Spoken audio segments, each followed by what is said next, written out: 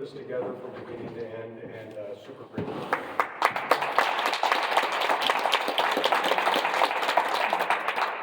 Thank you, Jamie.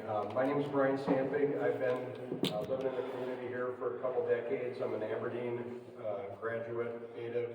I've got 3 kids that are been in the Milbank School District since 2007. We will be done by 3 o'clock today. There's a girls' basketball game we will be getting to by 3 o'clock today in the Armory. I work at Valley Queen. I serve on the Grand County Development Corp Board, and Jamie asked me to help moderate here today. To start our session off, can we begin with the Pledge of Allegiance?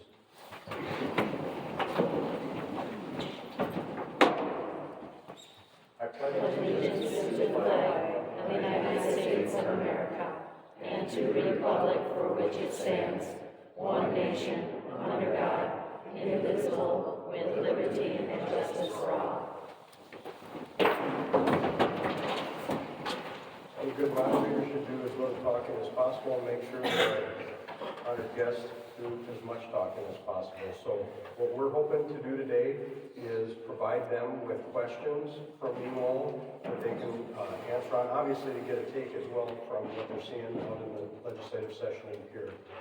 So how we'd like to structure this today is we'll give you guys 5 minutes each to start and just kind of tell us how things are going, introduce us to you, and some of us haven't had a chance to meet you or get to know you, and then we'll roll into the Q&A. As far as Q&A goes, in order to try to consolidate questions and keep things moving, we will prioritize written questions. So if any time during the session today, go ahead, walk down, grab something, write it down. I'll make sure we're consolidating and trying to stay on hot topics and keep things moving. For the sake of keeping things moving and making sure we don't get target fixation and focusing just on one topic, we'll try to keep each topic to about a 15-minute max. In other words, 5 minutes per legislator. I want to make sure we cover as many topics as possible. And we run out of written questions, I can go into the crowd with Mike and we can do open mic questions from there. Anybody want to change the rules or order to our agenda here today? If not, we'll consider that burnt in the books, and we will start with Senator Sauder, if you wouldn't mind just kind of giving us an update on how things are going, and we'll pass the mic on the way down when you get to Thank you, Brian, and again, thank you to the Chamber for putting this together for us. We really do like coming out into the public and seeing our different areas of our district and visiting with all of you. I am Senator Stephanie Sauder. I'm from Bryan, but for those of you who have not met me, this is my first term in the Senate. I was in the House for 1 term as well. This year, I am on the Transportation and Education Committees. I find that very interesting, especially education, since I was an educator for over 30 years, for about 30 years. Once a teacher, also a teacher, always a teacher, and so I find myself falling into that format quite often, mainly as a learner and not so much as a teacher. This year is different than the last 2 years for many reasons. Number one, I am in a different chamber. Number two, we have different leadership from the governor's office down to our leadership within the legislature. It's all good. I'm thrilled to have Governor Roe and Lieutenant Governor Van Eisen in office. Very good men and very pro-South Dakota. Governor Noem did a very good job in selecting Governor Roden as her lieutenant governor. I had the forethought to say, this guy's going to do a good job in case I can't be here. What was the other question, Brian? Sorry, I have a really good memory. It's just short. Swami, what are some of the key topics that you're focused on leading out in legislature? Since I am in the education committee, we do have a lot of Education has been a big topic in the legislature this year, and so we see a lot of those, and there's been a lot of discussion and debate over those. As far as transportation goes, I don't know if we've had any really big ones that I can think of. I'll probably think of one later. But otherwise, it's been very interesting discussions on the floor. I don't know a lot of the House bills yet, if we haven't had them come to the Senate side. Crossover day is next Monday, and so by that time we'll have gone through all the Senate bills, and then we'll start looking at the House bills.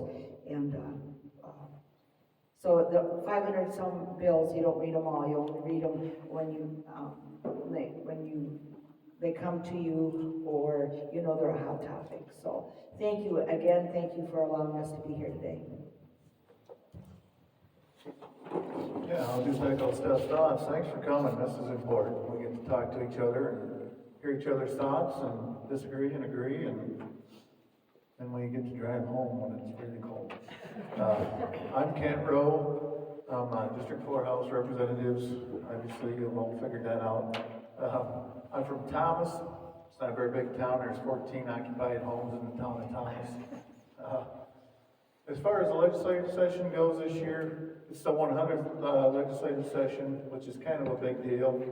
I wore my 100th legislative session shirt there, so they're pushing them. You got some extra money, you can probably get a hold of the Lieutenant Governor, and he'd probably get you hooked up. A week ago, today was a formal inauguration of Lieutenant Governor Roden. It was a formal inauguration, and that happened in the Capitol. It was a big event. There was loads of people there, and it was a black tie event. My wife and I went, and then there was a reception following. Really can't stress enough how much I think this governor is just a good fit for what we have going on here. He's a Union Center cowboy. He's been in the legislature for some time. He chose Tony Van Heusen as his lieutenant governor, and Tony's a good guy. I've known him now for a while. It's a contrast. You got a guy who grew up on a ranch and a kid who grew up in Sioux Falls. So I think they're going to do a good job. As far as legislation goes, I'm on the taxation and the transportation committees, and we've seen not real heavy workload come through, and nothing of great, everybody's still getting along. No big conflicts. And looking forward to hearing what you have to say and what you're curious about. And I just hope nobody brought any rotten fruit. So. Definitely don't want eggs, right? Yeah, I would also echo what other two representative and senators said, Roe and Sauder. Thank you for the chamber for hosting this, and thank you guys for coming. I think transparency is key. I'm Dylan Jordan from Clear Lake. I am on the Education and Health and Human Services Committees, and as you already know, education has been a hot button issue this year, so thrown right into the middle of all of it. What I've been focusing on is what my campaign promises were eminent domain reform, school choice, election integrity, pro First and Second Amendment, and all that. So I've been focusing and trying to get behind legislation that helps move that goalpost closer to freedom. So that's what I've been focused on. So thank you guys for coming.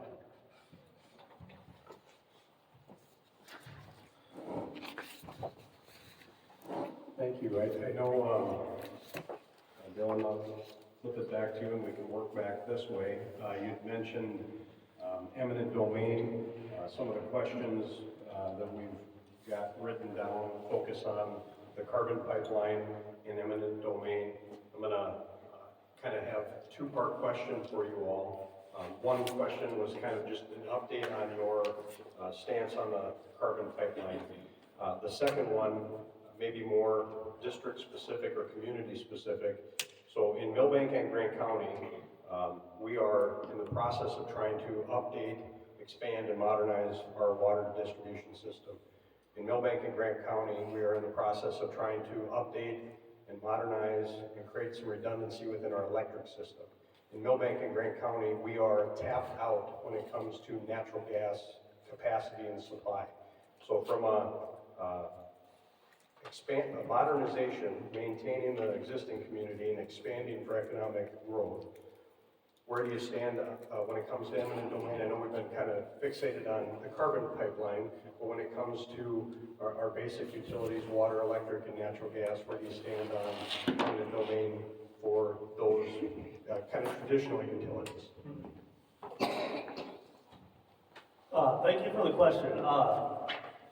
I have the same position I had during my campaign for about the pipeline, and I'm actually a co-sponsor of House Bill 1052, and I'm the prime sponsor to Senate Bill 49 that is going to be heard this coming week, I believe. And Senate Bill 49 says you can't use eminent domain for any green energy. So I'm for that. But as far as utilities, electricity, and water and stuff, that is public utilities that we all use. And that is what actually eminent domain was meant to be. So I would be all right with that, but I think we should not have eminent domain for private gain, and it's supposed to be for public use, not just for private companies to use. And I also believe that eminent domain should be really hard to use, because it shouldn't be just a tool to get used when a company doesn't want to go through proper channels. So I think as far as utilizing power and energy and water and all that stuff, I don't think that you even have to use eminent domain for that, because that has already been established of what we got to do, what we got to do with that. So hopefully that answers the question. Carbon pipeline. I'm against it. Okay. Thank you. All right, so yeah, Dylan was on 1052. I didn't know you were sponsored it, Bill. Co-sponsor. Co-sponsored the bill. And then I'm the main sponsor for Senate Bill 49. So 1052 basically removed the right of a company to use eminent domain for a carbon oxide pipeline. Thought it was flimsy wording. There was no definition given for carbon oxide. It's kind of overreaching at this point in time. We don't even know what they're going to call CO2, if it's a commodity or not. And we don't know if someone will be given common carrier status. And so, in the interest of keeping the impacted landowners in mind, and after surveying, I think I talked to 15 or 16 different people that were actually legitimately impacted by the pipeline, and they all accepted. They didn't all accept it. I think there was one guy that, he'd just rather not deal with it, so he declined accepting participation in the pipeline project. But the rest of the local people that were hit with it down there, and I'm talking from Watertown going southwest, because at that time, your Big Stone ethanol plant was not part of the project. So since that time, there's been, I think, 21 miles of proposed pipeline in Grant County and an additional 14 in Cottington County. So I have not spoken to those people. But in mid-January, the price of ethanol with a low carbon score, with a low carbon index score, was 31 cents a gallon more than high carbon index scored ethanol. So what that turns into is about 93 cents a bushel. So I thought, man, that's pretty good money. So I called some corn producers down there, just, hey, is 93 cents meaningful if this is a trade-off for the pipeline? There was one or two people that kind of said 93 cents is meaningless to their operation, and that shocked me. But nearly everyone else said, yeah, that's probably a good plan. The other thing too about the CO2 pipeline,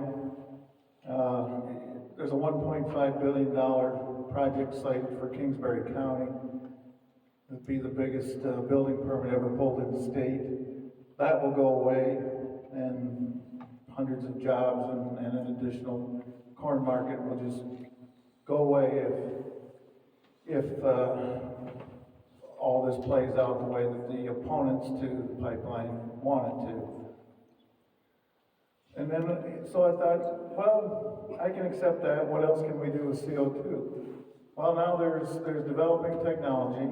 You know, 20 years ago, none of us had a cell phone. Now we all have pocket computers. So technology's changing. And you have the big power plant just up the road here. They're expelling CO2.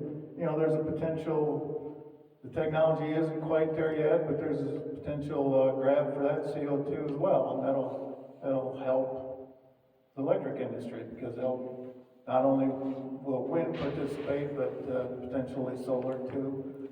And then if we can get our old coal burners or natural gas burners to capture a little CO2, put it in the pipeline, I think it's all good ideas. As far as your water, electric, and pipeline capacity here in town, so I'm pretty active in the Rural Water Society or whatever, that group. You've got a great partner in Grant Roberts, Rural Water, which is, I think their office is right down here in 15. That's a great little company, and I think, as I understand it, the city and the rural water system are looking forward here and making some good plans. They've got great water, and they have an abundance of water. They're just up on the hill there by South Shores, where their main well field is. The electric, I mean, that's something I don't know much about. That's a 3-tiered system. You have your massive producers and your medium distributors, and then your local suppliers, is kind of the way I understand it. So, you know, and that's a PUC and an interstate commerce situation. As far as your natural gas supply, you know, that's a real mystery. I know over at Benson, Minnesota, there's a huge pipeline running there. I'm not telling you what to do, but I know there's one there, and I don't know. This ground is so loaded with high pressure pipelines that I counted as I drove up. I think I drove over 27 different pipelines. Didn't even think about it. So pipelines are critical. They're economic drivers, and they are almost immeasurably safe when compared against anything else. So there you go.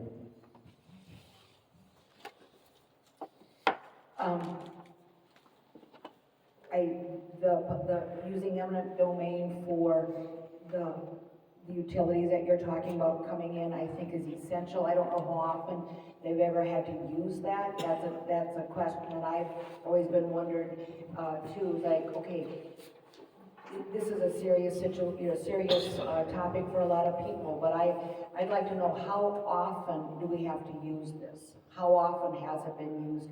And so, to deny eminent domain in certain situations, I'm thinking, so you're going to use eminent domain and not let the water come in, not let the natural gas come in, not let the electricity come in. To me, that doesn't sound very, I'm going to use the word neighborly, if you're refusing to have that come in and not to provide those services for your area. Besides that, these utilities are essential for this area and any area. They're essential. They're vital. Take away your water. Really? Take away your electricity. Oh, I can't get electricity because of these rules. Really? And the same thing for your natural gas, which I think is much more dangerous than CO2. I have natural gas hooked up to my kitchen, to my stove in my kitchen, and one false light and poof, my whole house can blow up, but no one seems to be protesting that.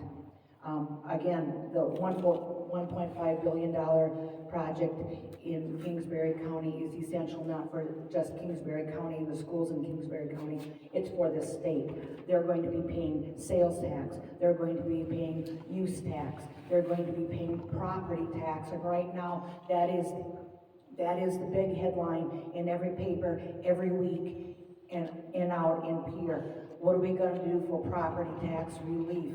these businesses can give us property tax relief.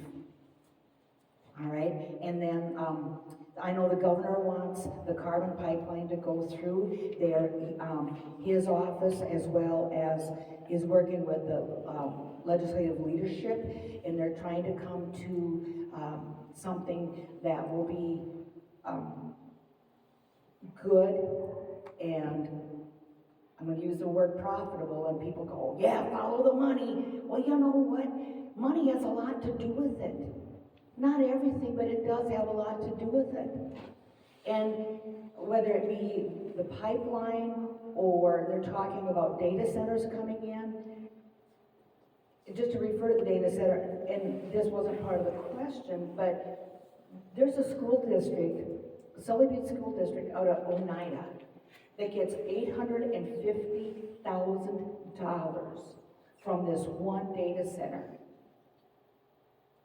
The pipelines are going, these different utilities and pipeline companies or whatever are going to be providing money, maybe not that much, but to our schools, to our counties. And our counties are so desperately wanting more money, the state can't provide. So wouldn't you rather take it from somebody who wants to bring businesses, and instead of coming to Pierre and say, give us more money, well, our money's coming from you. I'd rather have that, another source of it, so maybe ours isn't quite so, you know, it's not so hard on the rest of us, and then give us some type of a relief.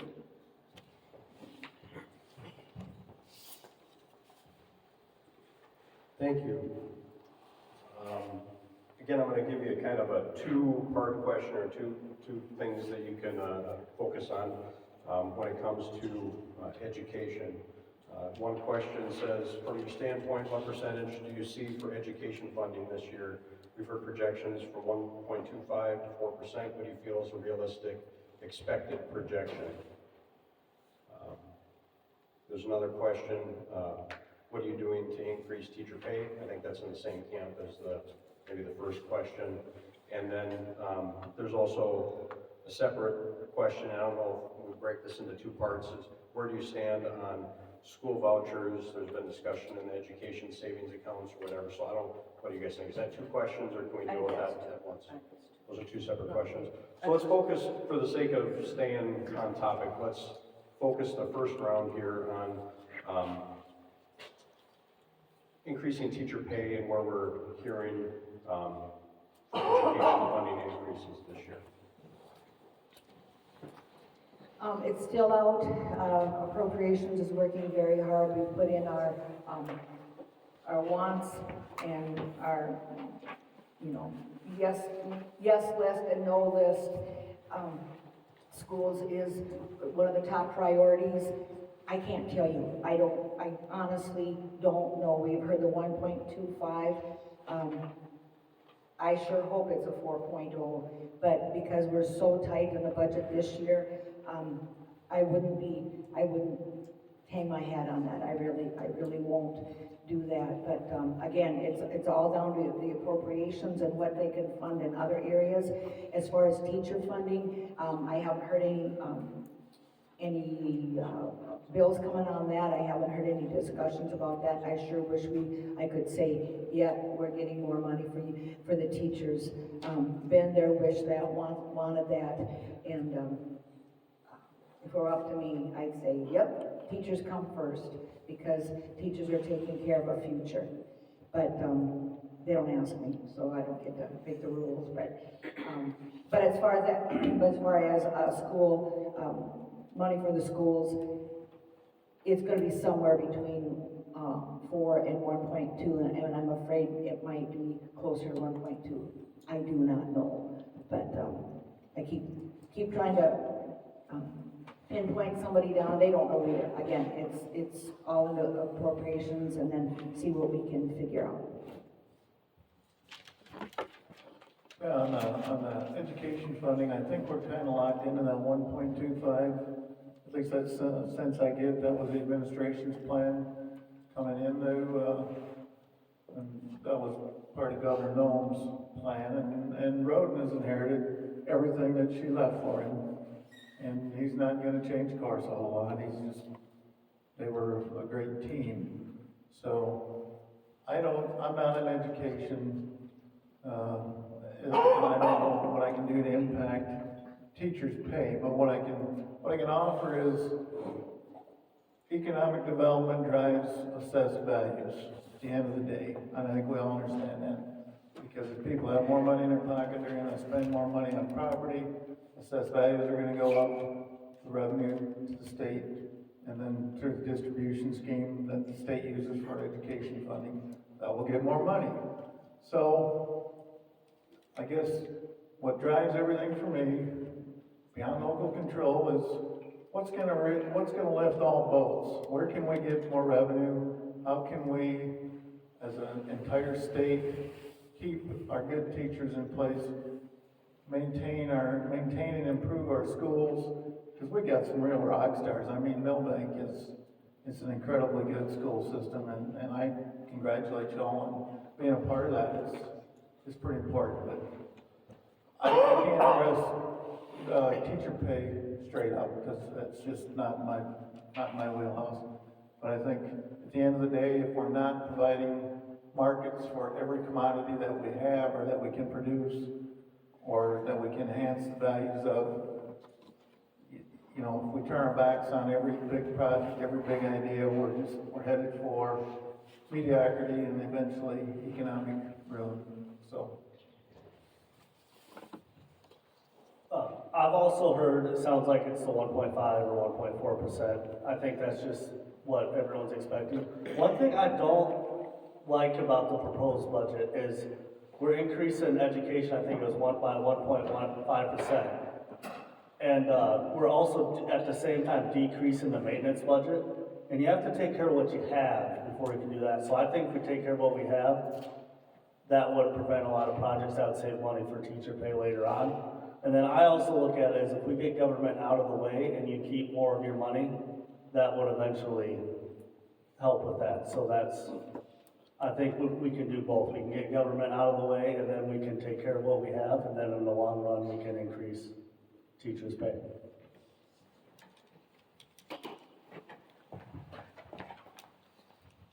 Gonna get my steps in today. So before we come back to vouchers, you guys all kind of tip your cap to one of the other questions that we have. I was in a couple years ago when the state was considering the Medicaid expansion, right? There was kind of a open forum like this where you had a proponent and an opponent. I think they were both state senators at the time who, were more or less on two opposite sides of the topic. But the one thing that they agreed on is that South Dakota is a low tax state, which means South Dakota is a low service state. That was like the one that kind of caught me off guard, that they both agreed to. If we pride ourselves in low taxes, that also means we have less revenue on the service side to some extent to work with. You talked about the tight budget. You said, where can we get more revenue, right? So there's two sides to a budget, right? There's the benefits and the expense side. The other side is, can we bring in more revenue on the top end? And then you talked about, getting government out of the way, or kind of, I'm paraphrasing, but then it would be, there's an element of taking care of ourselves and not having the government do it on the tax side. So the question that somebody had written was, with the current state budget constraints and political federal funding cuts, how can we as a state support the administration's cuts and limit negative impacts to our residents? And I think that's probably a broad statement when it comes to that service side. It wasn't a specific one identified. So maybe if we can just take some additional time to get your thoughts on the tight budget. And the question again, with the current state budget constraints and political federal funding cuts, how can we as a state support the administration's cuts and limit negative impacts to our residents? And I'm assuming that comes in line of services or state services to our residents. Well, I want to begin this saying that I thank God every day I'm not in appropriations. So, there's that, but, one thing that I have found odd about looking across the different committees about these budget cuts is they're cutting a lot of programs that impact us individuals, but if you look, the administration costs aren't going down. And I think it's weird we're picking on specific programs where I believe it was Governor Dennis Dugard did like a 5 or 10% cut across the board in every department, and it helped us. So I think what we could do to lighten the load is to have every department could cut 5%. And let's do that instead of nitpicking. I'm not in the details of how to do that, but I just think that would be a lot better because we do have less and we do minimal compared to other states. So I think instead of targeting things the way we have, why don't we all just cut a little bit and then together it'll cut a lot. So I think that would be a better approach, but as a freshman legislature, I don't have much say, so. Yeah, I'll talk about the impact services first.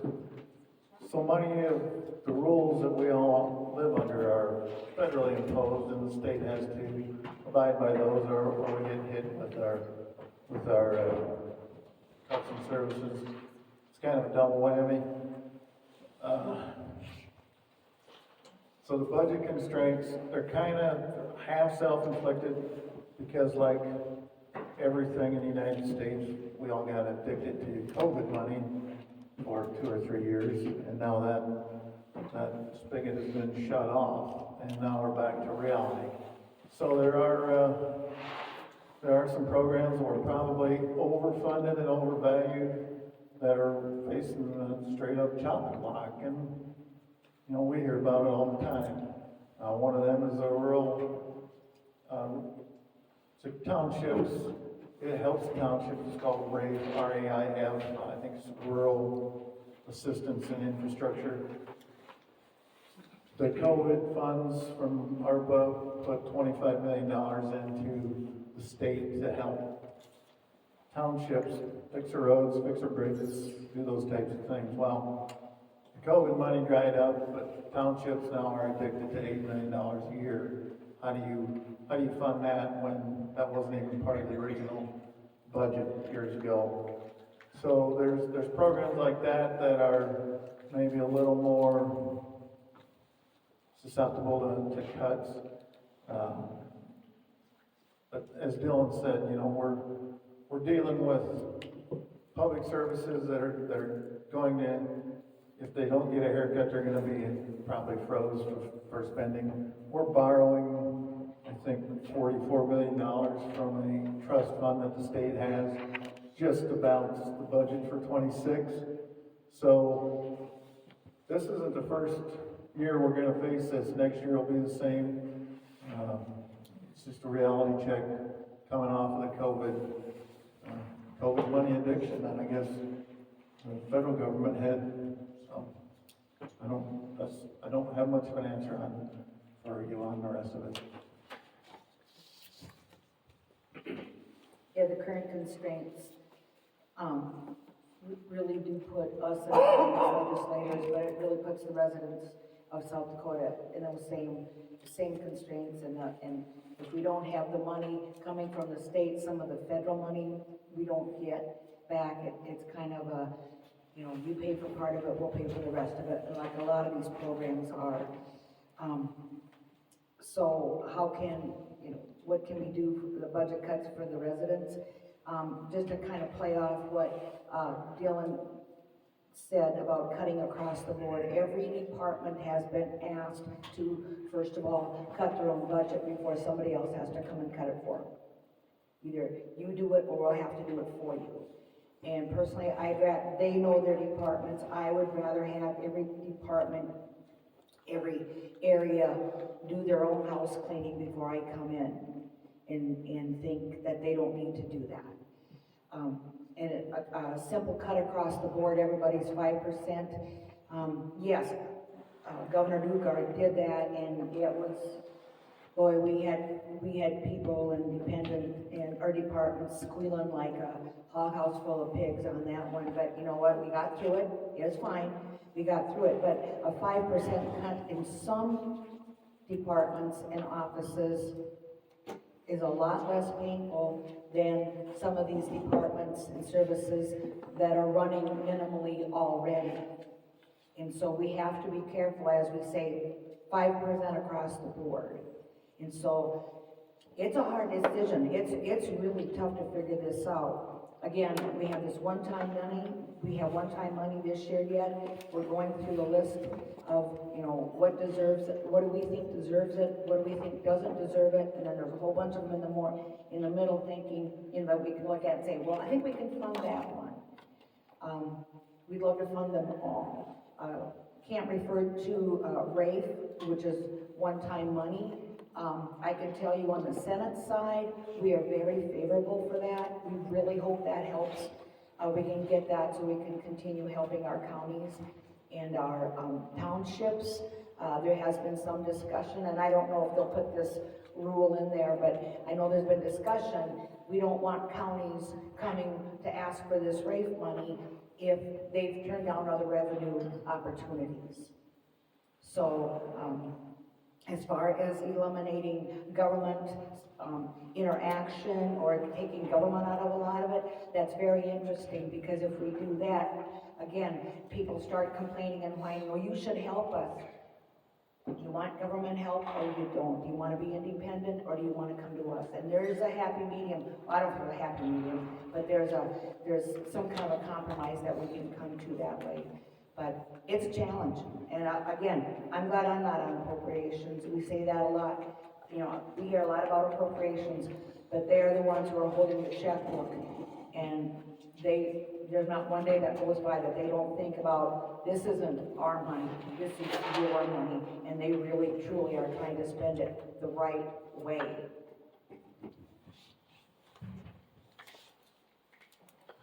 I should say the right way, and that benefits most people. Thank you. So we've got some, I'd say, topic-specific or maybe bill-specific questions, so these may go quicker or longer. Yeah. You want to talk about Yeah. Yep. I'll come back to it. Just shaking things up, keeping in your toes. I'm glad to know you remember. That's good. You'd had elder care and respite care, so we were talking about House Bill 1098. So House Bill 1098 is to make an appropriation to the Department of Health and Human Services for reimbursing the cost of respite care. That's not what you were, okay, I'm sorry. So what's your question on elder care and respite care? Dave Stengel, and I'm a caregiver, and I'm wanting to point out the gap between home care and memory care, like for an Alzheimer's patient. And it's quite a burden these days, as it goes up to $10,000 a month for memory care. I wanted to point out that as I've called around my friends in other states, there are programs that are being developed called Certified Family Care.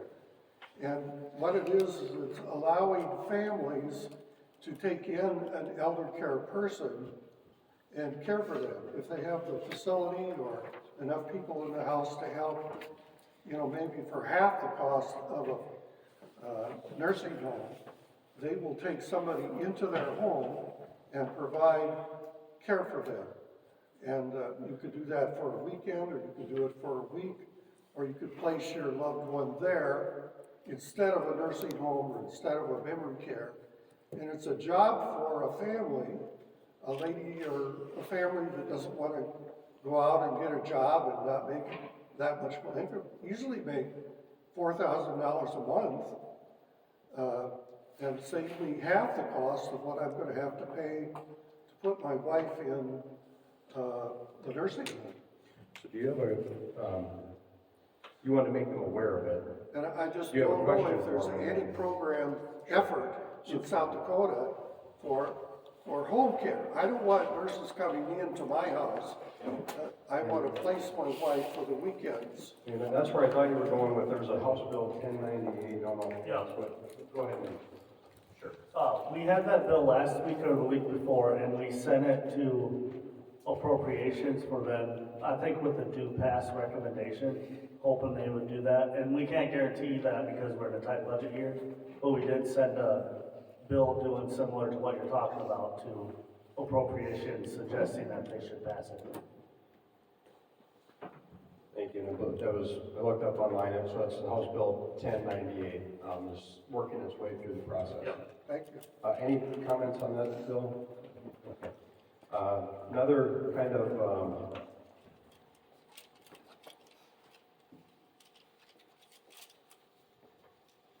well, all right, Kent, you can have your way. Let's talk about education safety and school vouchers.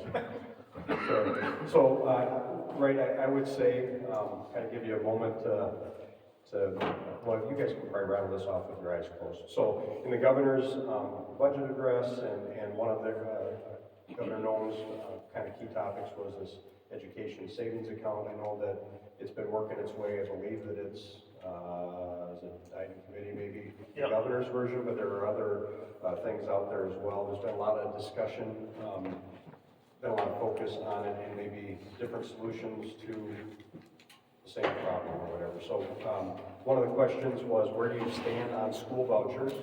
And then the other one would just be, what's the difference between a school voucher and an education savings account? Thank you. Well, you can call me biased if you want to, but I'm a public school teacher, I was. And so taking money out of our public schools to provide additional money to families who choose alternative education is, to me, it's not right. It's not right. Families who choose to go to alternative education, whether it be a private school or homeschooling, I'm going to trust that they weighed all the factors and everything before they made their decision to do that for their children. And I want to put it on record to say I am not against alternative education. Absolutely not.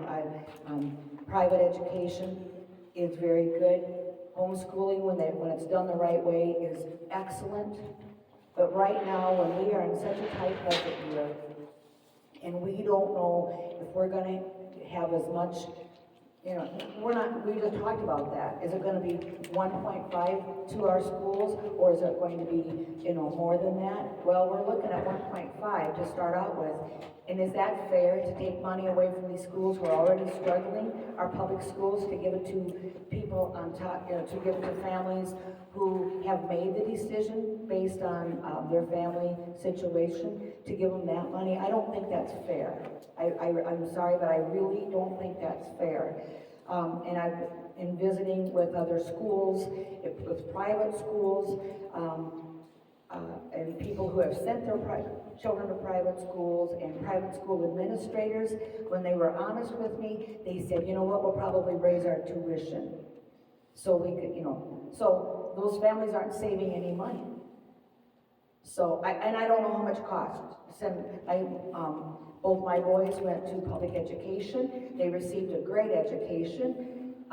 Hamlin School, I know, Milbank's nemesis, but I get that. But anywhere, speaking with your administration here in Milbank, in Clear Lake, in any of those schools, seriously, 100 to 1. And the only emails that I received more than school vouchers is on South Dakota Public Broadcasting and state libraries. But the school vouchers, if all the legislators take into consideration what these emails are telling us, we should not be having this discussion, because 85% of our state's children go to public education.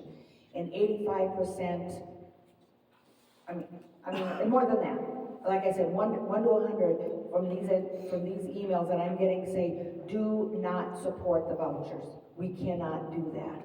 It's unfair to the taxpayers. Many of them say, well, it's my money. Those that are pro it, it's my money. That money should follow the child. You know what? My tax money is paying for bridges in Harding County. I've never been to Hardin County, much less drove over any of their bridges. So I'd like to say, don't give my money to Hardin County for their bridges. I want to keep it in Hamlin County or District 4. If that's the logic that they're going to use, then it's gonna be another sweep across the board, then you do it for every other project and service and everything that our state taxes go to, then it goes across the board. But as far as school vouchers, I don't know what's gonna have to happen, I don't know how they're gonna have to rewrite it, but as far as school vouchers or savings accounts, you can call it what you want to. You know, you can dress that pig up in pink and call her Barbie, but it's still a pig, I'm sorry, that's the way it is.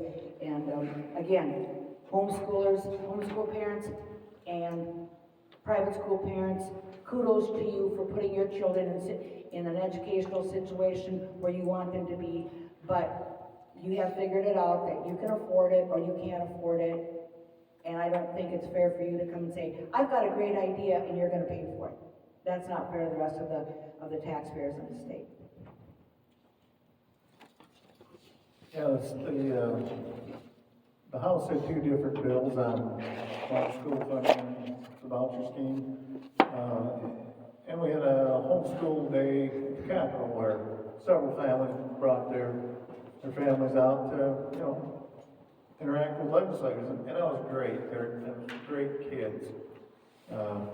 My next door neighbor, homeschooling, they've got two kids, they're probably both gonna be rocket scientists. They're really sharp kids.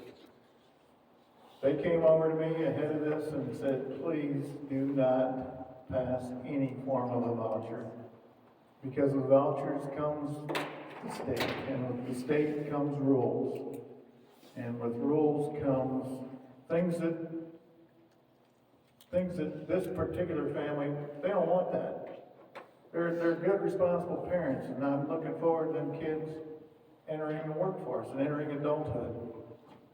So we had two voucher bills on the House side, and Dylan can help me out here if I'm wrong, but I think one died in committee and the other one died on the floor.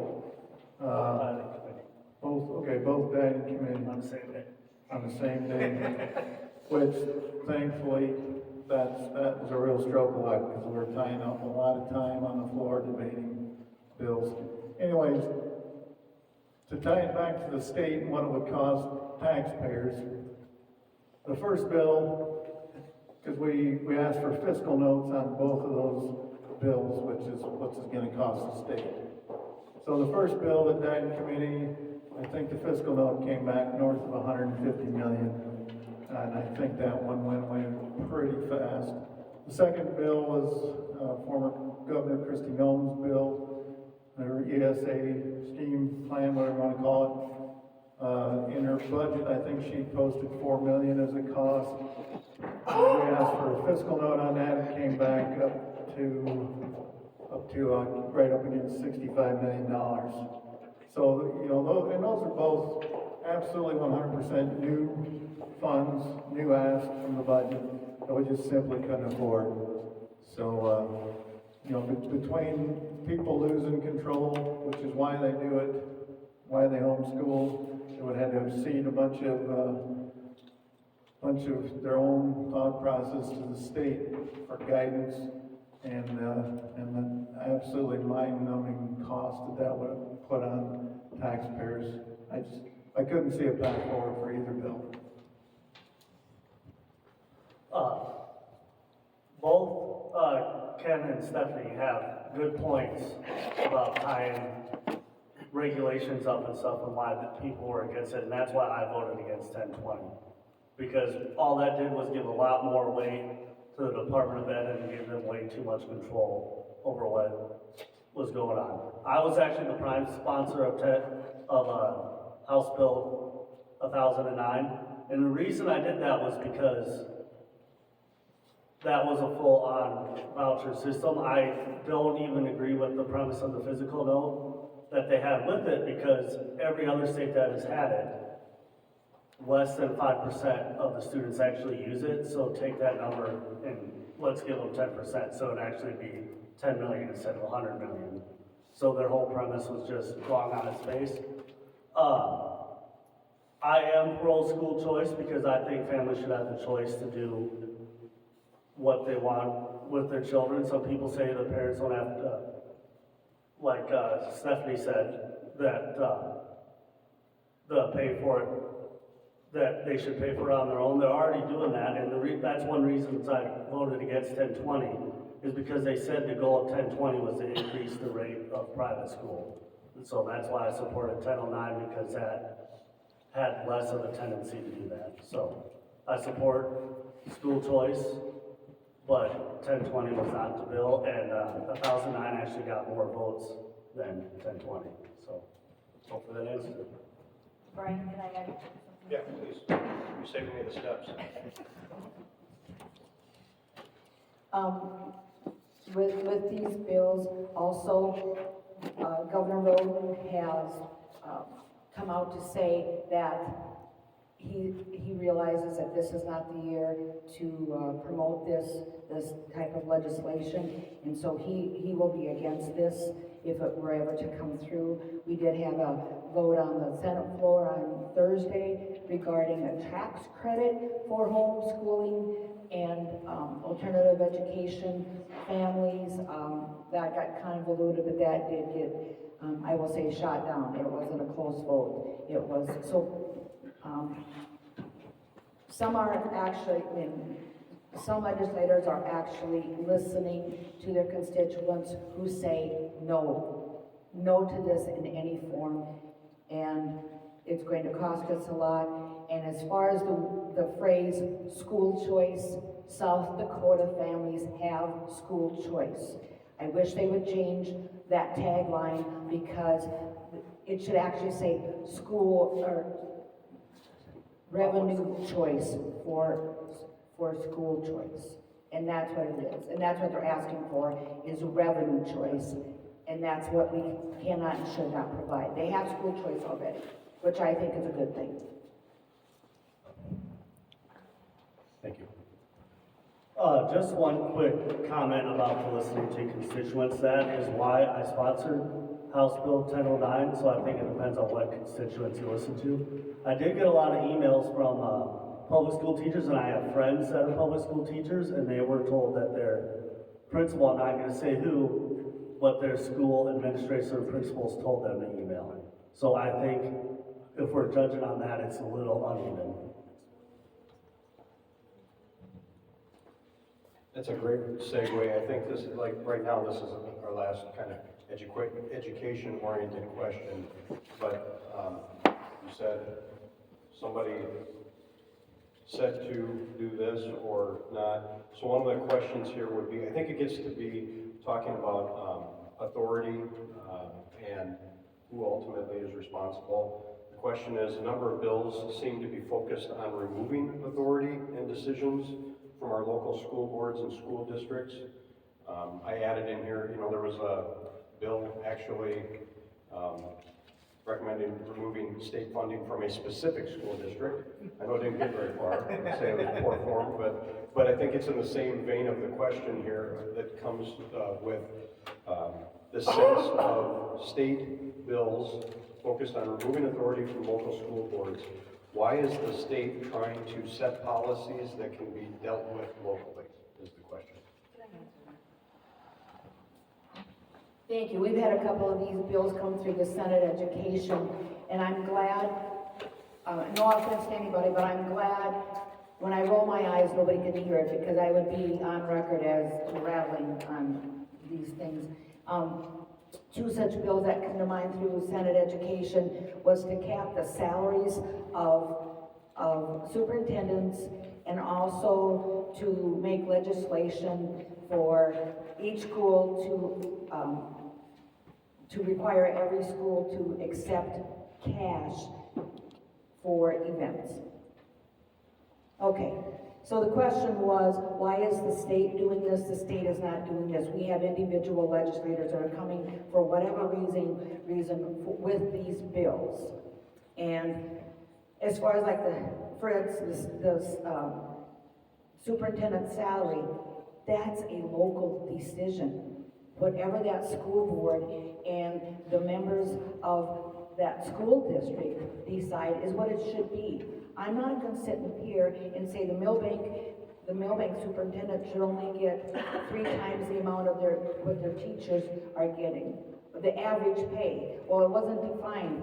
Who's average? That school district average?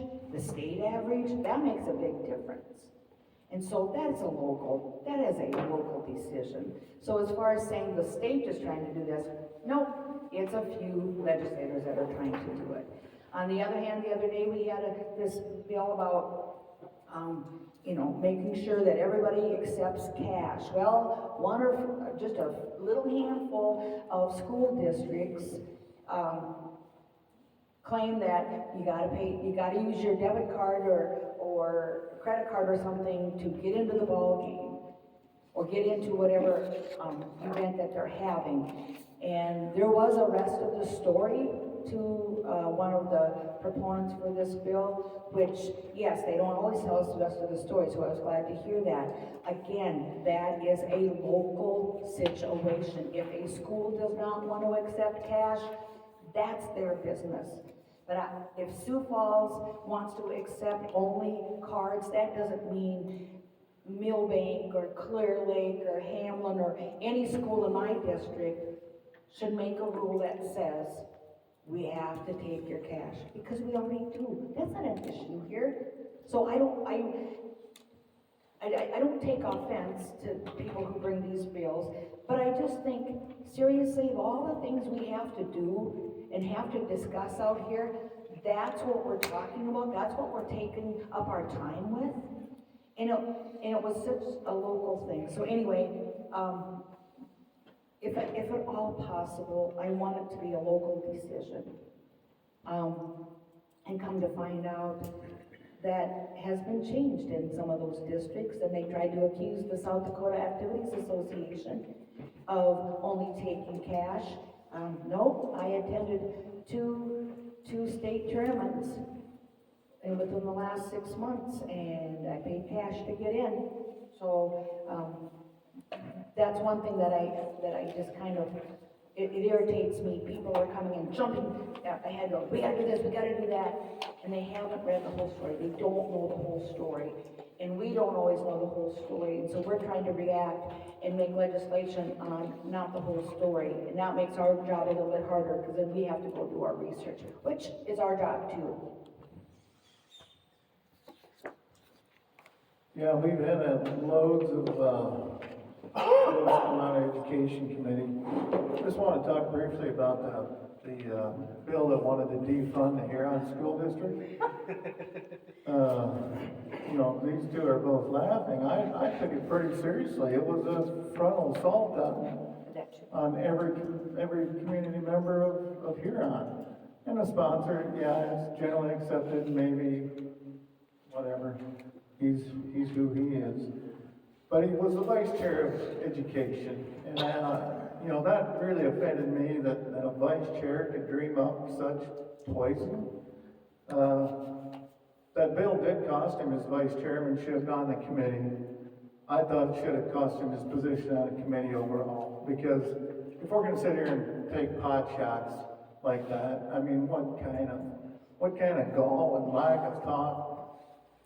It just amazed me. And I printed the bill off, and I'm not letting go of it. I'm going to hang on to that.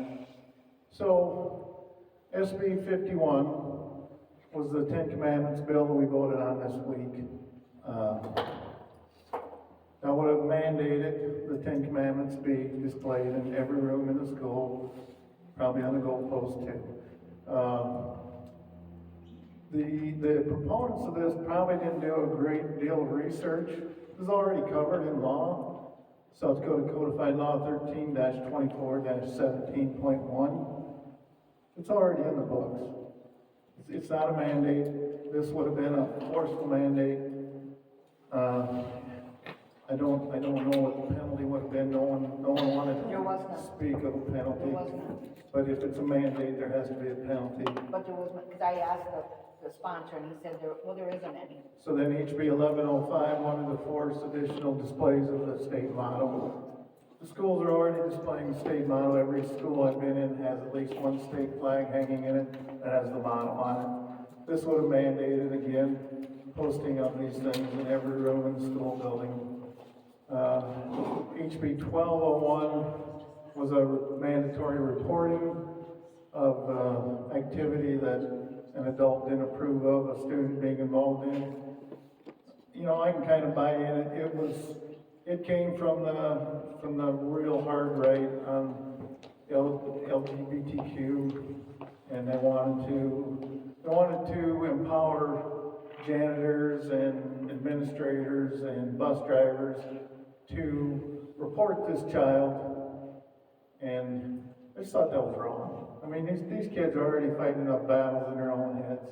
We don't need to have some zealot looking at us strangely and just creating their own thought process and accusing kids of things that may or may not be true. So again, very poor legislation. And then 1185 was the one that, again, targeted public schools, wanted to remove the ability of school districts, school boards to use and pay for a lobbyist. They said, can't do that. Well, okay, I can accept that premise if you apply it across the board. No lobbyists for highway departments or cities or towns or any public, anything that accepts public money. So all these, I don't think any of these met with much success. But what really drove it home to me was, you know, I'm a local control guy. I firmly believe that we all can run our lives pretty well on an individual basis. What these 1, 2, 3, 4 bills did was they said, school districts, you are not equipped to deal with these very important topics. Ten Commandments, display the motto. You're going to tell on these kids, even if they're just horsing around, and then you can't lobby us, but only you can't lobby us. We're still going to let every other public entity lobby us. So, if this isn't about the most extreme overreach that the House of Representatives ever attempted, I would certainly like to know what has been.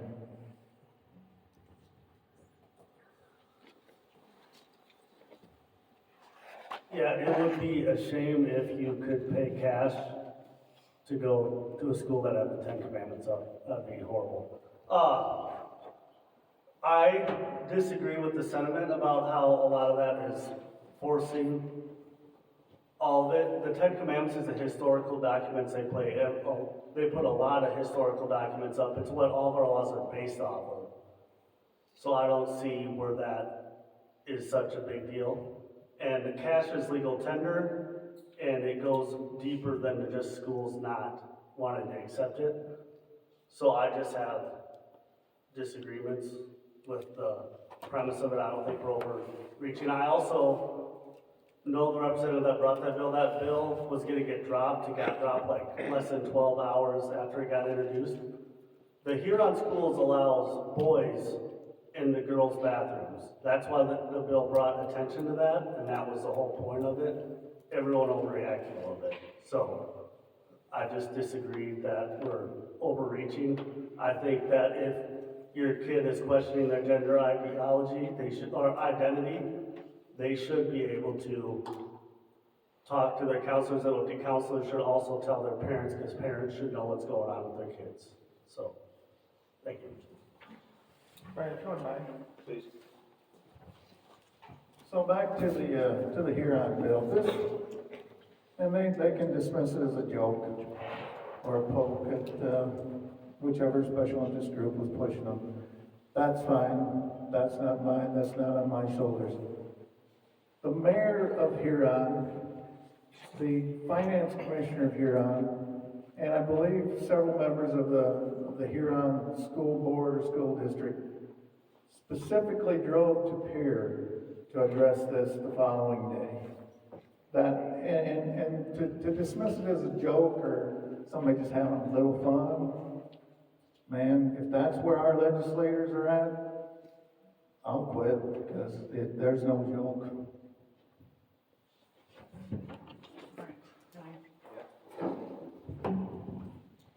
This Huron thing is getting a little bit more attention than I ever intended to give, but, that issue, there was an issue about, one gender using, a boy using a girl's bathroom.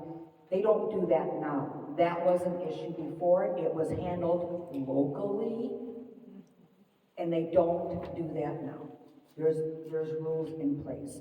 And so for us to have to, just basically tell the Huron School District or any other school district, you're not smart enough to handle these situations on your own, so we'll do it for you. I'm not there. I am not there. And sometimes the state does have to step in. I get it, so I'm never gonna say never with some of these things, but in that situation, no, they handled it. And as far as the 10 Commandments, which died, thou shalt not kill, does not apply to bills, I guess.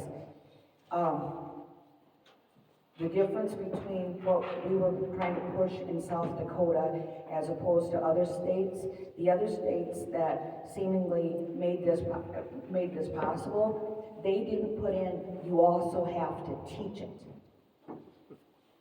I'm sorry, I was a teacher. I'm not teaching the 10 Commandments. I have a minister, and I had family members that taught me the 10 Commandments.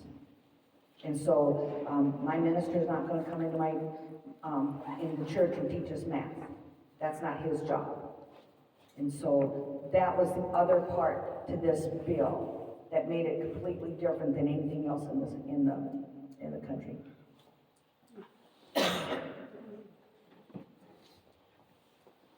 We'll just stay in the awkward and uncomfortable topic of gender, bathroom issues, and there was a question, I figured I'd kind of tag it on to the end of this conversation about males in female sports. Is there a current bill or anything going through the legislature that has anything to do with this? No, there's a bathroom bill, but not a sports bill. Okay, thank you. So, one of the other things I failed to mention early on, and we may do a bonus round here at the end, but the things we'd like our legislators to address would be active legislation that's currently going on in Pierre, as far as getting your thoughts on some other areas, including there's some maybe more federal-oriented questions.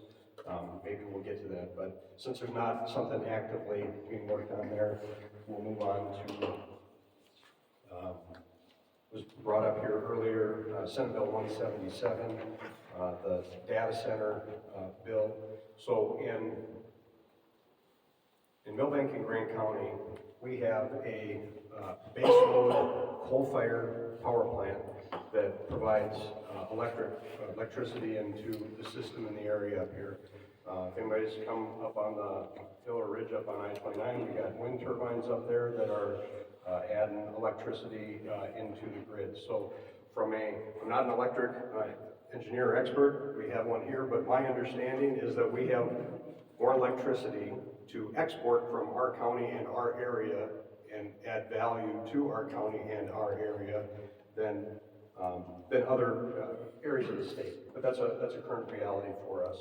And so my understanding, Senate Bill 177 was to provide a sales tax rebate on the equipment that would be installed in a data center. So this made it through the Senate committee and then failed on the Senate floor by one vote, 17 to 18, I think on Thursday. And so wanted to get your thoughts on, with the state hurting for revenue, this is the question. Senator, you were one of the 17 to 18 votes, so you had an opportunity to vote on this on Thursday. Why'd you vote for the data center, for the sales tax rebate?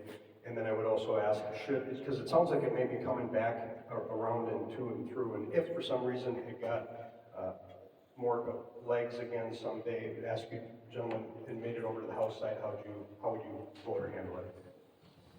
Yes, thank you. Yes, we did have that vote on Thursday. Great discussion on the floor, for and against it, but, it did go down by one vote. It has been, it will be reconsidered.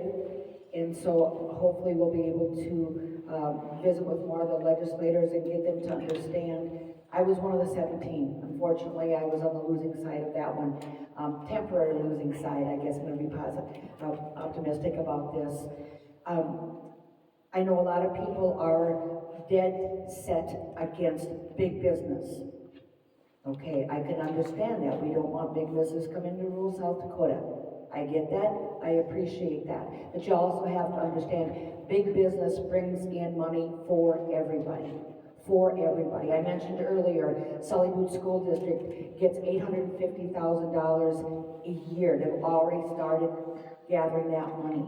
Imagine how much money that is, and you can do the math in 10 years, or however long that data center lasts. There's not one school district in this state that I believe would refuse that.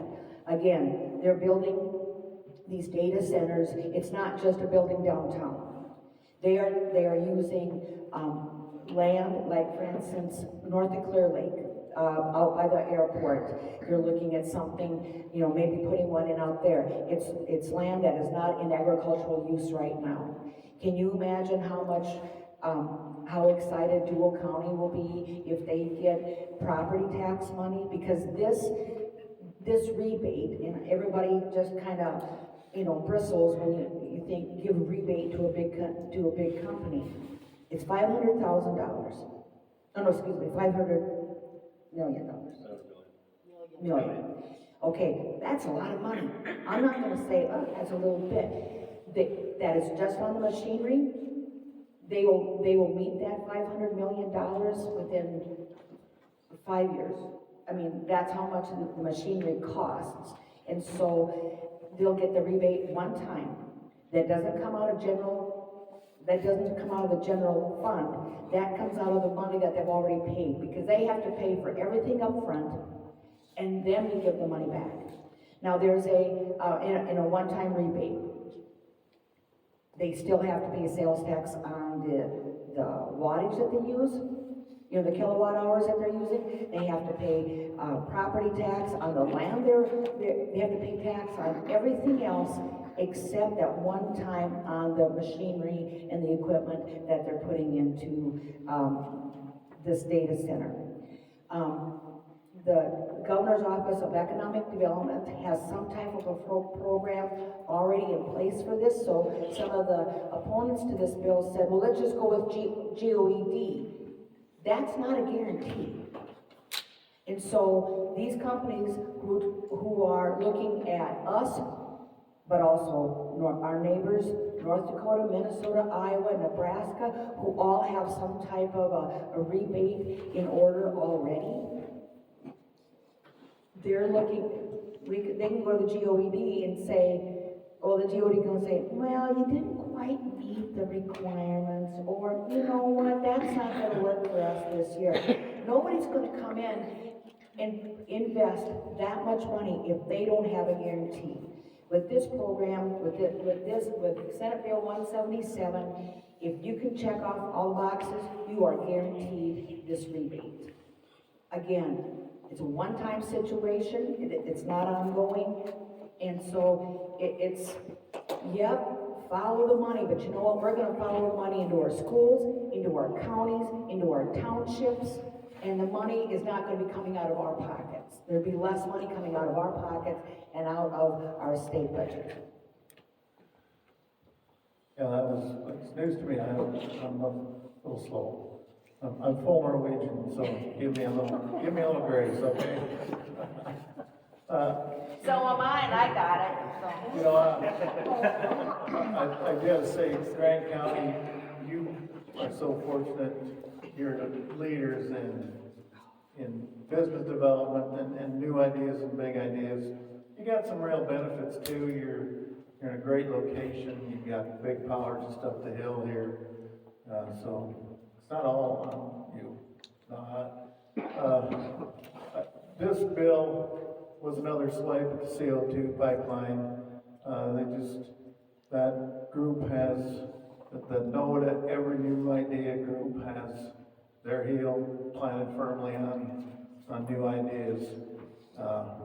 You know what's scary now is, well, big new companies, we don't want big new companies here. We're happy with, you know, small companies like John Deere and CHS, you know. And it's really an unfortunate thing that's happening.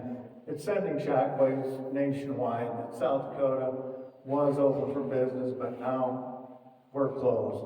So if you got a new idea, go somewhere else. Just keep moving on. Ellendale, North Dakota's built one large data center, and they're going to double it. I don't know the revenue numbers on it. It's pretty incredible. But that's new business. So South Dakota says we don't want it. And to me, that is so unfortunate, because if we look at our towns, we talk about tax revenue. How are you going to get tax revenue if you don't let business come in? Build an unemployment base. People build homes. People need roads. Carpenters need jobs. Pipe fitters need jobs. Truck drivers. I'm a reformed truck driver. Man, it was a great business, but I'm not so sure I'd want to start a trucking business right now. Because if I'm looking around my home, all I'm hearing is, no, go away, I don't want it. And we're gonna really regret the day that we've decided that saying no,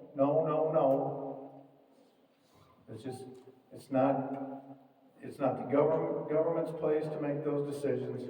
The market will sort these things out on its own. 20 years ago, like I said earlier, we didn't have these. What are we gonna have in 20 years? Technology moves. We're smart people. We teach ourselves things. We learn things, we create. And to have the state government come in and say, no, you can't, I have no belly for that. Thank you for the question.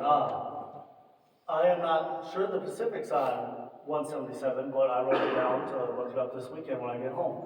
I am not against big businesses or small businesses. I'm all about capitalism, and for capitalism work, we have to have a level playing field and same rules for everyone. I am all for cutting taxes and tax relief as long as it doesn't just do a tax shift. So I don't know the specifics for this bill, but generally speaking, I'm all about everyone saving money. I just add one. I agree with Dylan, we don't want a tax shift. In this situation, the data centers or any other business coming in, it's a tax generation, not a tax shift. It's 4.5% tax on bare ground is on zero is still zero. If you have property there, again, do the math. So it's only a win-win for South Dakota and our counties and everything else. And I echo, Milbank should be the poster child for many, many things. This is a wonderful community, and many of you are, you're just doing so many things right. And I have no problem bragging up Milbank whenever I'm in a group. So thank you. Would anyone like any extra time to brag about Milbank and Grant County? You guys want to get reelected, I'd say same. Give them 5 minutes. I know you got a lot to say. No, we appreciate you guys being so candid in your answers and spending time with us here. Again, bragging up on Grant County and Milbank here. You mentioned North Dakota and Minnesota and Iowa have these type of rebates for data center equipment. You mentioned Ellendale, North Dakota has one and is expanding. Anybody have any idea where the electricity in Ellendale, North Dakota is coming from? Right. We're sending some value downstream that others are benefiting from, and capitalism or whatever, right? Yep. If you back to all things being equal, if I'm gonna make a decision on one side of the state or the other as far as that rebate goes, It appears to be incentivizing across the line. But again, we should be proud of I think one of the things we don't get enough credit for here is the electric generation that comes out of this area on the hill and in that plant, and the folks that make that happen every day is something pretty special in this area. It's bragging.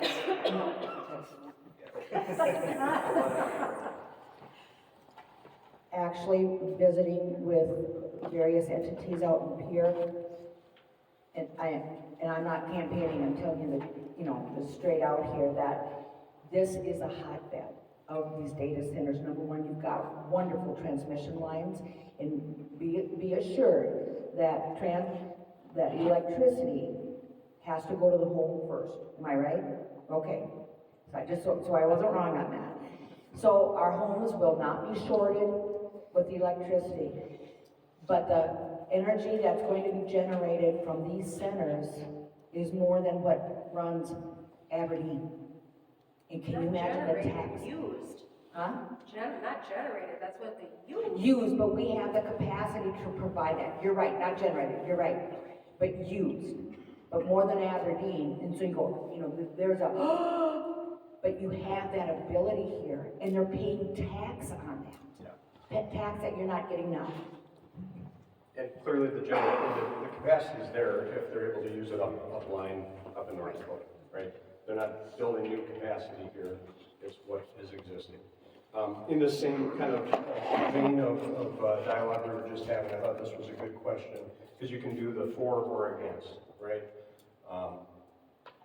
In a pro-business environment or in a capitalistic environment, as long as everyone is playing by the rules, the market should take care of its successes or failures. That's free market capitalism. So then, rebates would be incentives. I think the question here was maybe more against some of the restrictions. Why are bills targeting specific industries or businesses, i.e. carbon pipelines, cell-cultured meat, green energy, etc.? I'm going to kind of chalk this up to a kind of free market capitalist question that's saying why is the state engaging or targeting specific industries or business?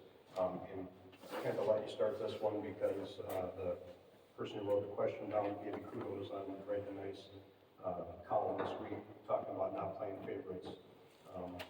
Or enemies. All right, well, whoever you are, thanks for the flowers. Yeah, I have a real problem. Legislators like to take a bat to everything. That's what I learned in 21 legislative days. We all get bitten by some special interest or some maybe some group is fueling our fire force or what have you. I would much rather step back and take a long look at issues. The eminent domain, that's obviously 100% targeted legislation. What's the next target going to be? Are they going to target cheese production in Milbank? Well, we hope not. But maybe somebody will say, they're making too much cheese up there. We're gonna write a law. There's a real risk in that, and I'm not willing to participate in it. Eminent domain laws cover due process and just compensation. And that is an extraordinarily long and protracted process. Once that process begins, it doesn't, you don't just snap your fingers and go. So leadership is constantly bemoaning the fact that we don't have any reasonable eminent domain reform laws coming down the pike. Well, that's because it's a real brute to tackle. And there's so much history with the imposition of eminent domain laws nationwide where we're just we're spilling blood that we don't need to. So the way that they get around it is they target industries. We don't like you, go away. If you don't, we're just gonna write a law. That sends a chilling effect to every entrepreneur out there, whether you want to create a new formula for cement that might offend some particular group. or if you, if you're entrepreneurially, like I was, I bought my first truck with a bad check, and I ended up quite successful. At least I feel I was.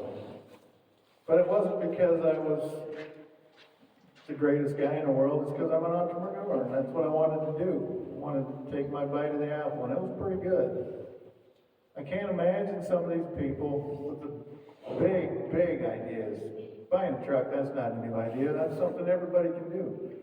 So if you've got people that are so, take Elon Musk. He knew when he was a kid he was going to send a rocket to Mars. Man, my dreams didn't come anywhere close to that. But if there was somebody that was offended by him sending a rocket to Mars, and they were in the South Dakota Legislature, they'd dream up some law saying, you can't do that, because we don't want you to. That's where my fear of targeted legislation comes from. And I just think it's a real trap that we're falling into. And particularly with the pipeline bill, we're going to offend the Interstate Commerce Clause of the United States Constitution with that, because we cannot interfere with commerce across the state lines. So, and that was a very minor reason why I voted against it. So many of these bills are not stress tested against the Constitution, and I took an oath to uphold the Constitution. I had no real reason to go offending the Constitution, so that's where that commentary sprang from. And if you haven't read it, it's online at kentroeforhouse.com. That's not a plug, but that's where it is. So, it's kind of laughable to say green energy and capitalism and free market in the same sentence, kind of an oxymoron. The whole industry exists because of subsidies. And then on top of that, they're asking for special rules that if you don't do it, we say we're using eminent domain for it. So the whole concept is laughable. So, like I said, I'm all for capitalism and free markets, but we have to have the same rules, and on face value, green energy does not play by the same rules because they are heavily subsidized. If they weren't heavily subsidized, we wouldn't be talking about them right now.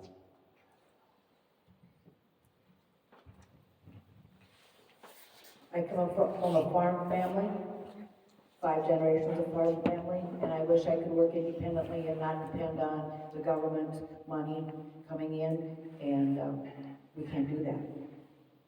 That's a subsidy. So are you saying I'm not supposed to accept any money from the state, from the country? Because you know what, I couldn't farm without it. They've set it up so I cannot farm without these types of subsidies. Not fair. A lot of these bills are coming before us, and when they say, why is the state doing this? If these bills pass, I guess I have to accept some responsibility because I am part of the state, even if I didn't vote for them. But a lot of these bills are coming before us out of emotion. That is not a way to make a bill. There are bills in there that are vindictive toward specific industries, specific companies.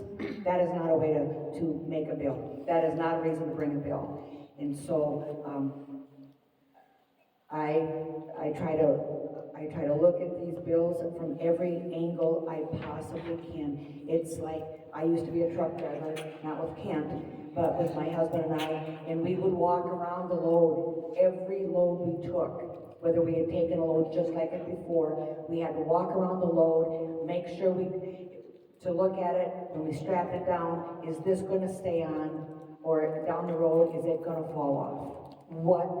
Am I going to have one board or a whole bundle of lumber in the middle of the road causing somebody else a problem? And that's what a good legislator does, and I believe, I would hope that these guys would do it too. We don't sit and talk about it, but that's what we have to do. And so if we vote against a bill, it's not because we're anti-constitution, it's not because we're anti-business, is this a good fit for our state? Not just today, but 10 years down the road. A lot of these bills we can't let these people in right now. Okay, so we're looking at today, but if my great-great-grandfather only looked at that today, when he was farming and struggling through droughts and grasshoppers and poor prices, I wouldn't be farming today. If he only looked at that day or that year. We have to look down the road. And we don't have a crystal ball. Like I said in my column, I don't have a crystal ball. I can't tell you what's gonna happen in 10 years. And I pray every day. I literally pray every day when I take a vote that please God let this be the best for my state. I honestly do that. And I won't stop doing that. You know, I'll wake up in the middle of the night and say, I sure hope that was right, and I hope tomorrow's votes are this, are right for what I've been elected to do. So anyway, we have to remember that these bills can't come, out of vindictiveness or anger or hate towards something else. They've got to be for the betterment of the whole state.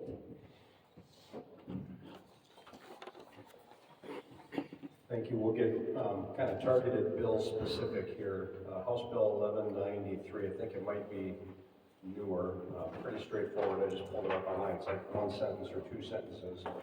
What's your thoughts on removing the requirement for students to live on campus the first 2 years? I believe what the bill is more or less doing is saying that the Board of Regents can't require or mandate a student to live on campus or have a meal plan.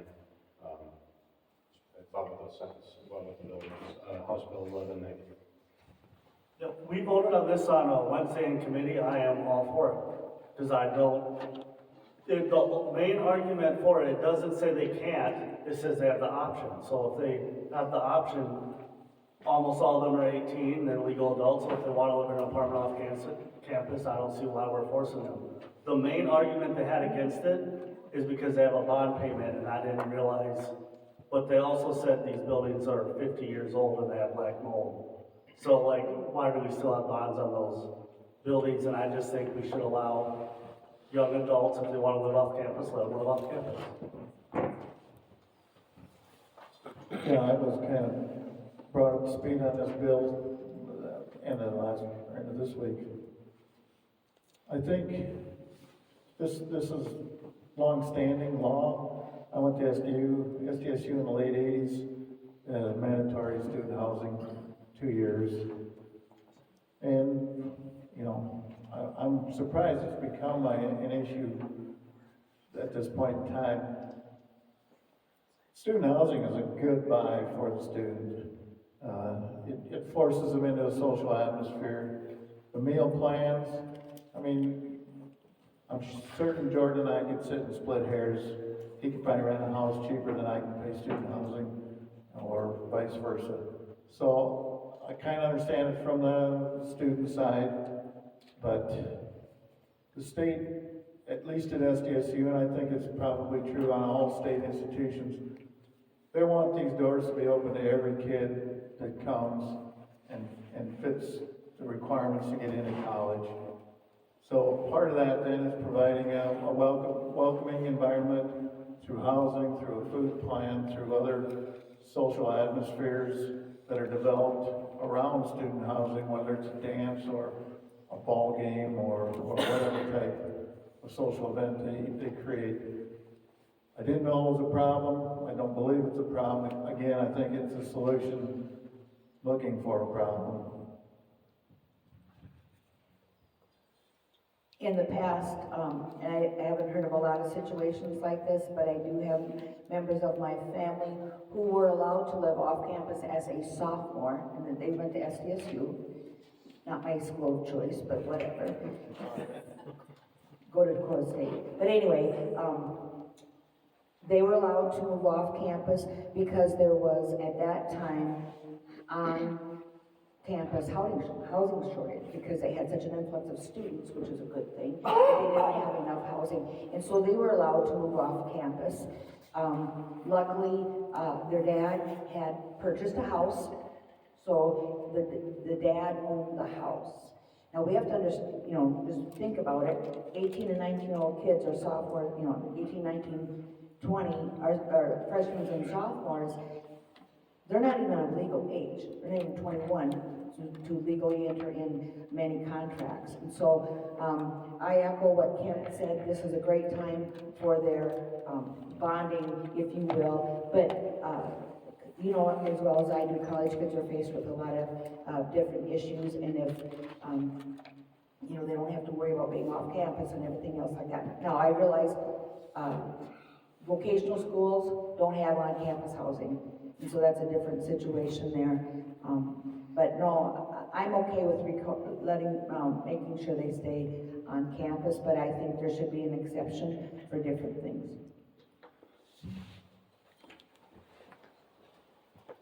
I've not read this bill. I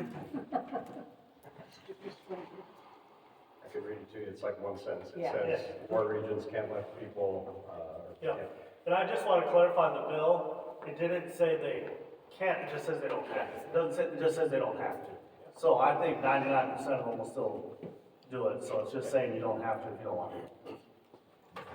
All right, we're kind of wrapping up to the end here. I've got kind of 2 questions left. If anybody has any final questions, I encourage you to quick write them down. Otherwise, we'll use our extra time to allow everybody to interact directly with legislators. And again, thank you guys for making the trip and the time. So I'll come back to the bonus round question here at the end, but I don't want to beat a dead horse, but I'm being respectful of the questions that are coming in. There's still this question of the eminent domain setbacks. I think there's some bills going through right now that are not even eminent domain, has to do with right-of-way stuff. And kind of the concept of local versus state control or direction when it comes to right-of-ways, eminent domain. I think we're also back into the pipeline question. And again, I believe I don't want to drag it out, but I also want to be respectful of the questions coming in. So,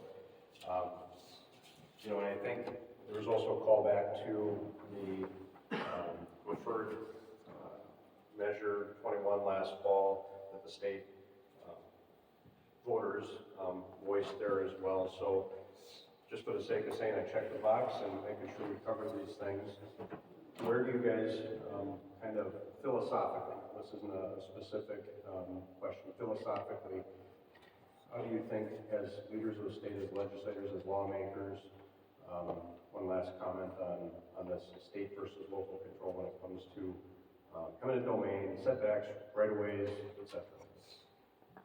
I'm all about private property rights and local control. I think the county commissioners, it's easier for you to go and bug your county commissioners than to just have a couple bureaucrats in Pier decide what zoning laws are.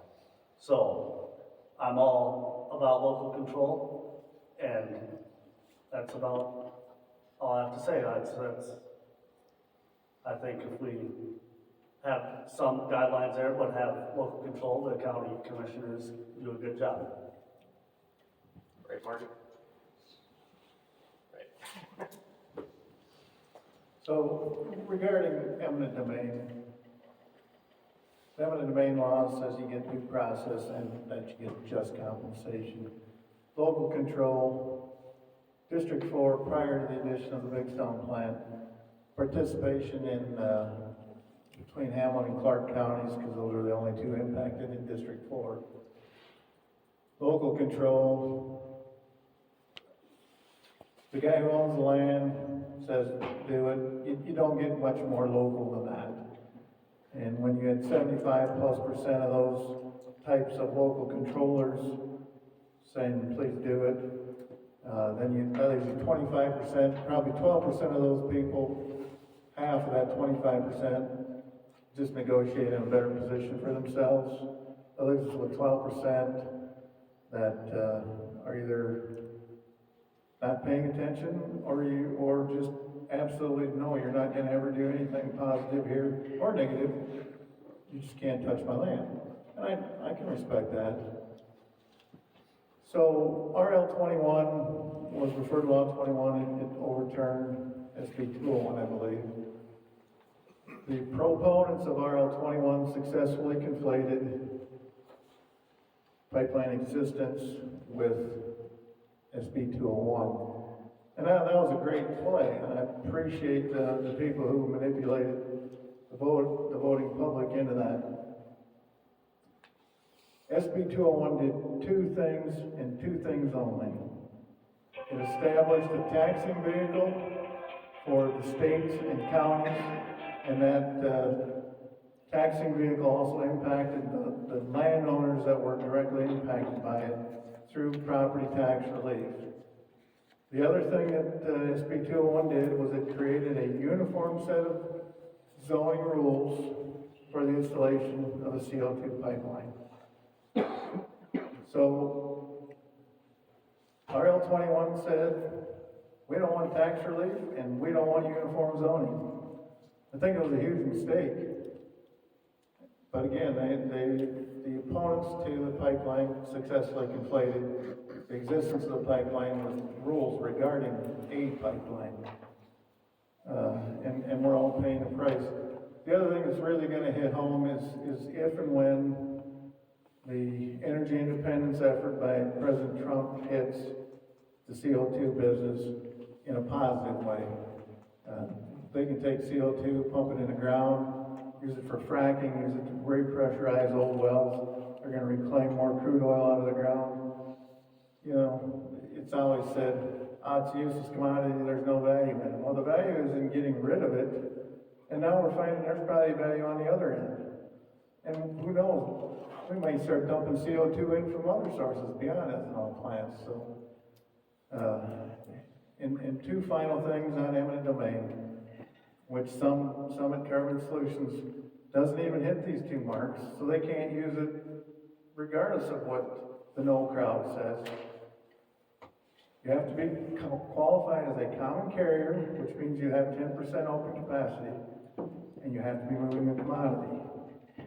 Well, the CO2 pipeline doesn't hit either of those thresholds. So this is taking a fire hose to a firecracker, and we're going to regret it because this has sent shockwaves across new ideas nationwide. Avoid South Dakota.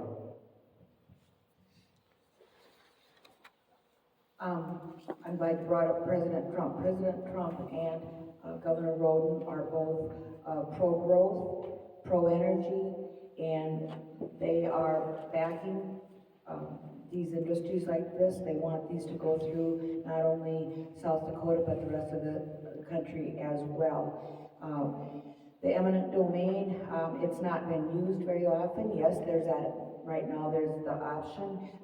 That is a last resort. I think this whole thing started, this whole fight started over someone saying the wrong thing. I mean, using it as a tool when they didn't really need to. And one of those companies is no longer in the game, and the other one is realizing that maybe they misspoke. And so, unfortunately, we are where we are today because of that. I am not against eminent domain. I don't want it to be the first tool out of the toolbox. It is a last resort, and we have to remember this pipeline or any other pipeline that has to speak about using eminent domain is underground, and so we are still using our property. And if the company comes and says we're going to use eminent domain, you will still get paid for the leasing of your property. They're not buying it. It is not a sale. So people who say South Dakota is not for sale when they're referring to these bills or whatever, they're not buying it. They're leasing your land. And so we have to not confuse that. Kent summed it up very good, so there's not much more I can say about that. I love it when this all kind of blends together. One topic leads well into the next, particularly on your guys' responses. So the last thing we'll ask, you brought up President Trump. So if the last question had to do with kind of the voters saying no to refer to Law 21, kind of an overwhelming support against, the voters also overwhelmingly elected President Trump last fall. And somebody earlier had brought up Elon as well, that there's a lot of focus right now on the Department of Government Efficiency. agency. And so we had a couple questions that I held to the side because they were maybe more federal related, but they're in the same vein. One is, has there been discussions regarding how South Dakota can deal with the VA count cuts that Trump has imposed? I'm assuming that has to do with, again, this kind of Doge approach. And the other question was, what will happen to our programs such as title and special ed programs if the Department of Education is dissolved? I think they're kind of in that same camp. And so the last question from the group today, maybe to get outside of the state and at the federal level, the things that may be impacting us here locally and in the state, and your thoughts on how the times are changing and how they may impact us here. Specifically, VA and the Department of Education. In addition to So the Department of Education, the bill that our Senator Mike Brown's introduced to do that, it actually got rid of the Department of Education, but reallocated everything to other departments. So I don't think that would affect it as much as we did. His bill would have just been we did it kind of thing instead of actually getting rid of it. And so we can do a lot of things to address that. A lot of it is reallocating the funding formula, which I heard is some people are going to be talking about later on in the next few years. And then the VA has a lot of major problems. My grandpa is a Marine Vietnam vet, and the VA has a lot of issues. I am not sure the best ways to handle that. I do not know the specifics of cutting, but I know that the program that allowed VA patients to go to other hospitals during the Trump first administration saved my grandpa's life, so I don't think I hope they're not cutting it this time. I will have to look into that. Yeah, I'm not well versed on this topic, so I really don't know. Department of Education has been the national Department of Education. That's been a popular target for many years, and maybe Trump will make it happen. And I think you meant Title IX in special ed? Yep. Okay. On the state side No, of things? not Title Whole IX. title program. Yeah. Title I, Title III, Title IX. Okay, all right. I'm not an education funder. I'm product of public education. So, anyway, I don't have much input on that. I have not discussed with those who are in the know what's going to happen. I did visit with Dr. Graves, our state secretary of education, the other day. Unfortunately, time ran out and I didn't get to visit with him about this, but I would like to know his side of it because I honestly don't know. I know there's been, I hate to use the word waste, but maybe mismanagement of a few of dollars and maybe programs that I think originally, intentionally, they were meant to be a good thing. I don't know, so I'm not judging that at all. I do need to talk to Dr. Graves about it to see what impact it would have on our state. As far as the VA goes, again, we have to, as far as funding goes, we have to take care of those that took care of us.